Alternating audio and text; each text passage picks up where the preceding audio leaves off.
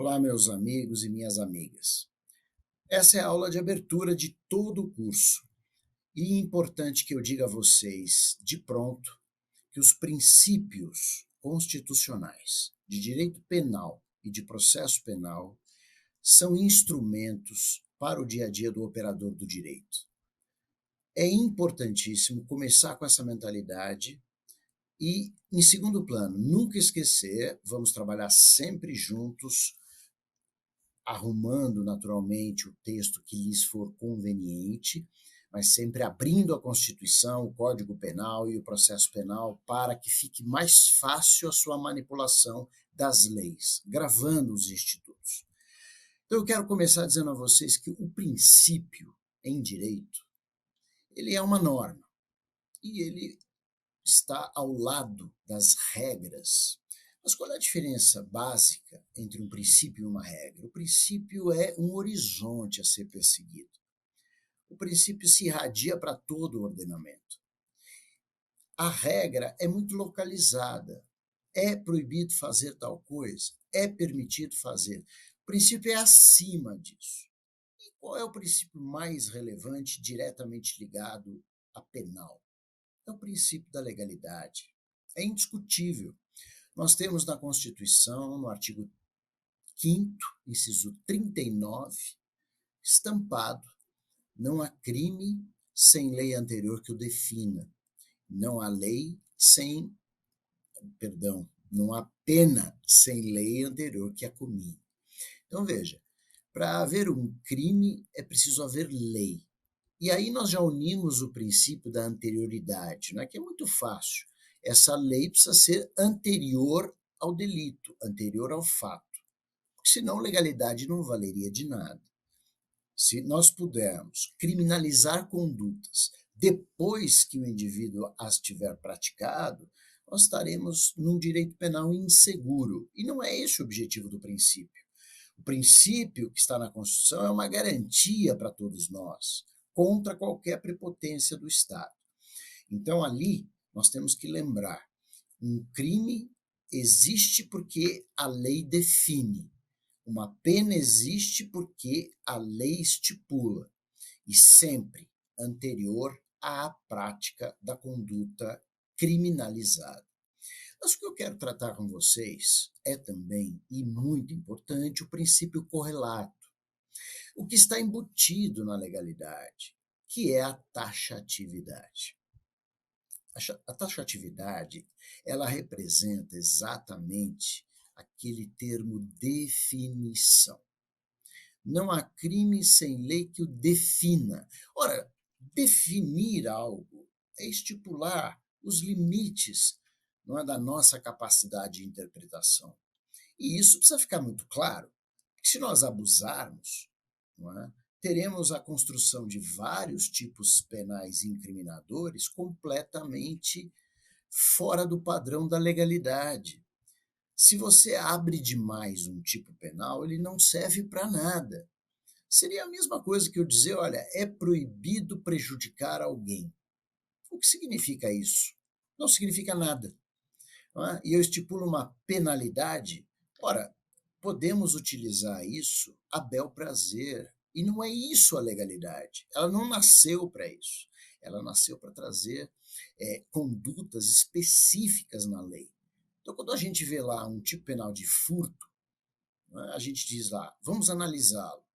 Subtrair coisa alheia móvel para si ou para outrem. É bem claro o que significa furto. O que é um homicídio? Matar alguém. É claro, eliminar a vida de um ser humano.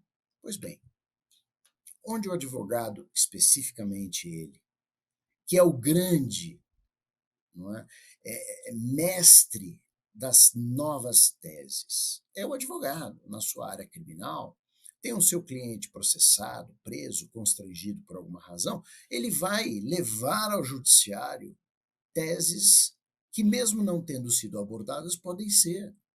Então, penso eu, sempre disse, o operador de direito tem que levar ao juiz, mesmo o órgão acusatório, não é, o Ministério Público, mas tanto o órgão acusatório, MP ou assistente de acusação, que é o advogado da vítima, e assim como o defensor, precisam levar as teses ao juiz. Pois bem, isso acontece e nós precisamos lidar agora com a taxatividade no caso concreto. Quero dar um exemplo para vocês, muito importante também, porque teremos um julgamento em breve, proferido pelo Supremo Tribunal Federal, que é o tema 989, né, ao qual foi atribuída relevância, e em março de 2018. O que o Supremo vai se reunir em plenário para decidir? Pela primeira vez, não é? De uma maneira bem direta. Esse tipo penal é inconstitucional porque fere a taxatividade? Essa é a questão. E qual é esse tipo? Aliás, é um tipo que em todas as minhas obras eu tenho citado há muito tempo, né? E tenho dito, é inconstitucional, que é o artigo 233 do Código Penal, ali dizendo, ó, praticar ato obsceno. Tem uma pena de 3 meses a 1 ano ou multa. É um crime. Agora, convenhamos, o que é ato obsceno?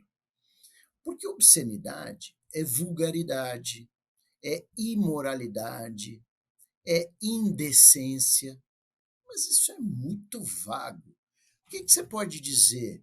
Praticar ato vulgar, praticar ato elegante é o seu contraponto, praticar ato imoral, praticar ato moral é o seu contraponto, mas quem consegue definir isso com clareza? O que é vulgar e o que não é? O que é moral e o que é imoral? Dentro do bem jurídico, onde está o ato obsceno, que é um crime contra a dignidade sexual e o pudor público. Lembrem sempre de analisar o bem jurídico que está em jogo. Dignidade sexual, pudor público. Pudor público é a vergonha, né, que as pessoas têm. Pois bem, o que é preciso fazer no meio de uma via pública para caracterizar um ato obsceno?